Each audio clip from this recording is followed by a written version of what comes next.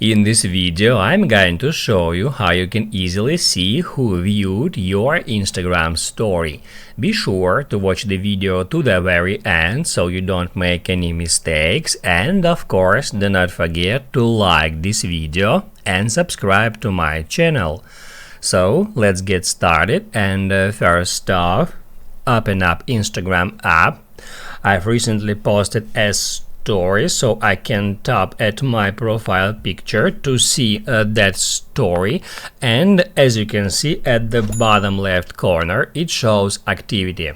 I can tap on it and it will show me total number of viewers and who that viewers exactly are. So I can scroll down to see all the users that viewed my story. However, keep in mind that in 24 hours your story will be gone and moved to the archive, and if we go to archive we can easily do it from our profile.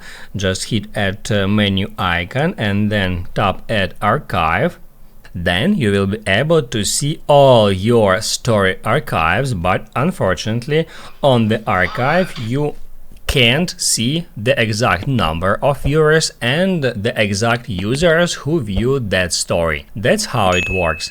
Now you can write down in the comments below if you have any questions about the tutorial. Hit the like button if you liked that video, and see you in the next one.